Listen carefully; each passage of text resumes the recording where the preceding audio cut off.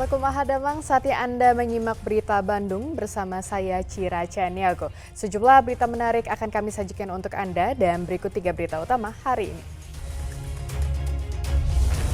Perayaan Idul Adha begitu istimewa bagi warga terpencil di Kampung Jayagiri.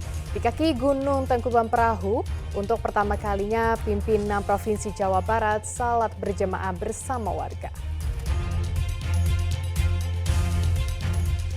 Hendak dibawa ke lokasi penyembelihan, seekor sapi kurban kabur dan terlepas ke jalan di kawasan Padalarang, Kabupaten Bandung Barat. Seorang nenek di Kabupaten Subang tewas di tangan cucunya sendiri. Pembunuhan dipicu masalah sepele hanya gara-gara pelaku dimarahi korban.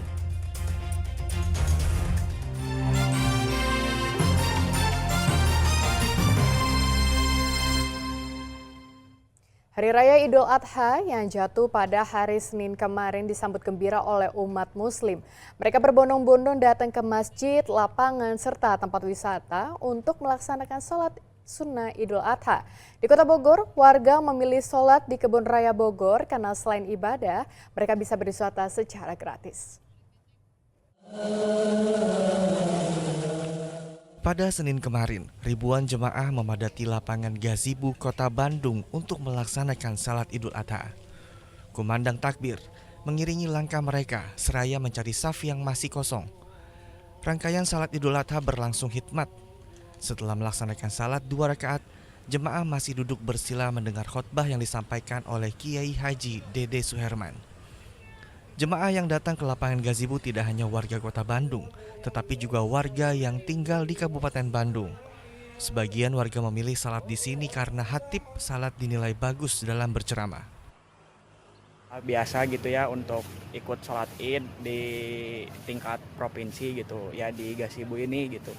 Udah gitu juga dari khotib dan imamnya ya cukup bagus lah, enak gitu buat ikut sholat id yang jadi hikmat. Ini sengaja datang dari mana, Mbak? Iya, sengaja datang dari Kabupaten Bandung. Kumandang takbir juga bergema di wisata Kebun Raya Bogor. Ribuan warga Kota Bogor melaksanakan salat Idul Adha di sini karena selain menjalankan ibadah, mereka juga bisa berwisata usai salat. Udara yang sejuk, pemandangan yang bagus, serta area yang luas menjadi kesan tersendiri bagi jemaah yang datang.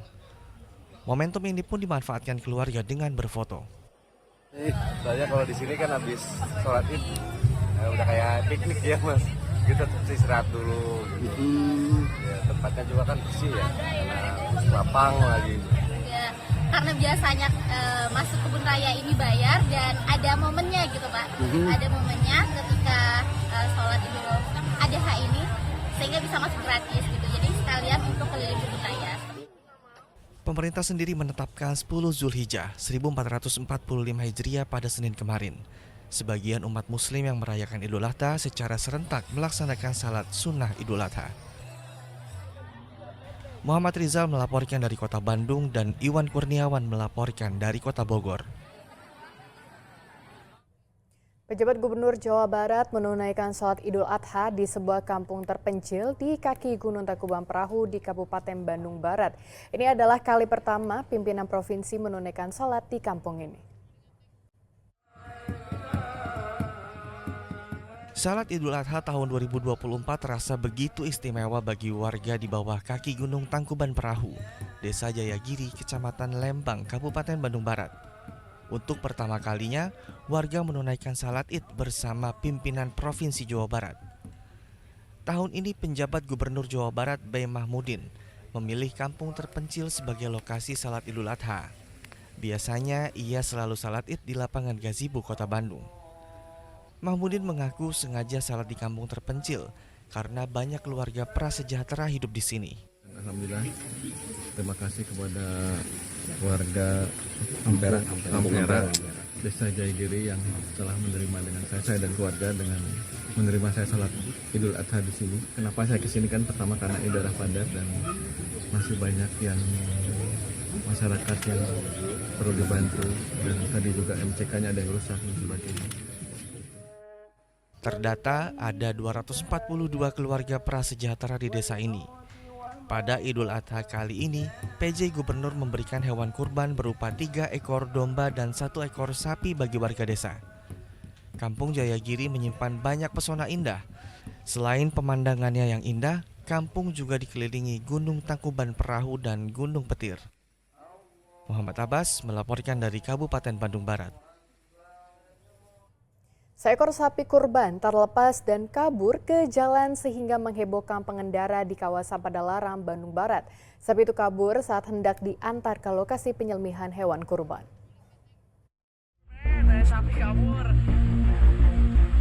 Kepanikan terjadi lantaran seekor sapi kurban terlepas dan berlarian ke jalan. Sejumlah warga terlihat mengejar sapi hingga ke kawasan proyek hotel.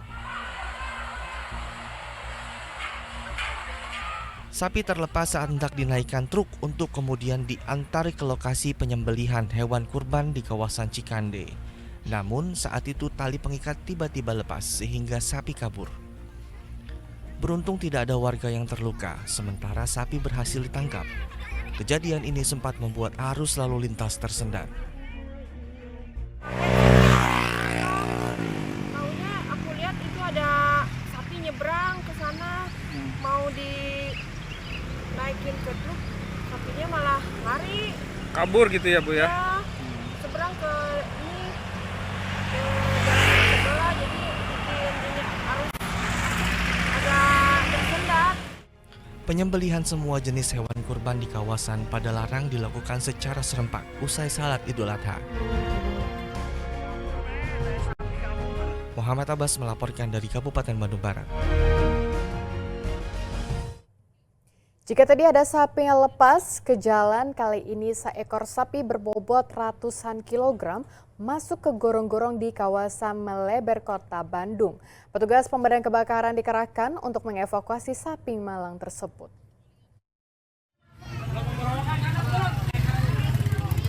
Entah kenapa sapi yang sedianya disiapkan untuk kurban tiba-tiba masuk ke gorong-gorong di kawasan Maleber, Kecamatan Andir, Kota Bandung.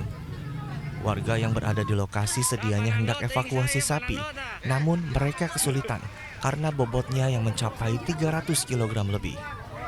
Sapi ini bisa jatuh ke dalam selokan karena ikatannya terlalu panjang, sehingga membuat sapi menjadi mudah bergerak.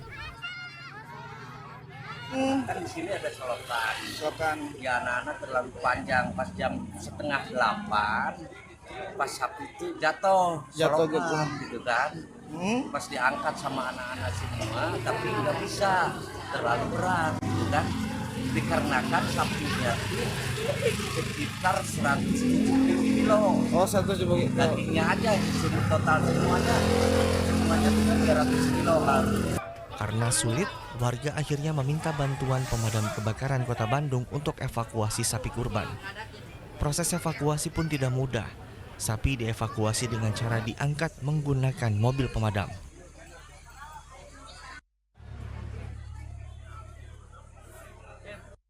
Kendalanya mungkin karena warga yang sesat gitu, sehingga membuat sapinya cukup stres. Jadi dan akses juga yang sempit sehingga kita harus menurunkan 2 unit dengan mobil kren ini. Kondisi sapi masih baik sehingga tetap layak untuk dijadikan hewan kurban. Muhammad Rizal melaporkan dari Kota Bandung.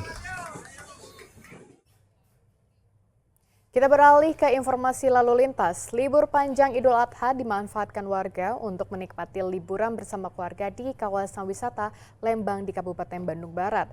Akibatnya arus lalu lintas ke kawasan tersebut macet. Antrean kendaraan menuju kawasan Lembang sepanjang 2 km terpantau padat sejak Jalan Grand Hotel hingga Simpang Panorama. Kendaraan hanya bisa melaju dengan kecepatan rendah sekitar 5 hingga 10 km per jam.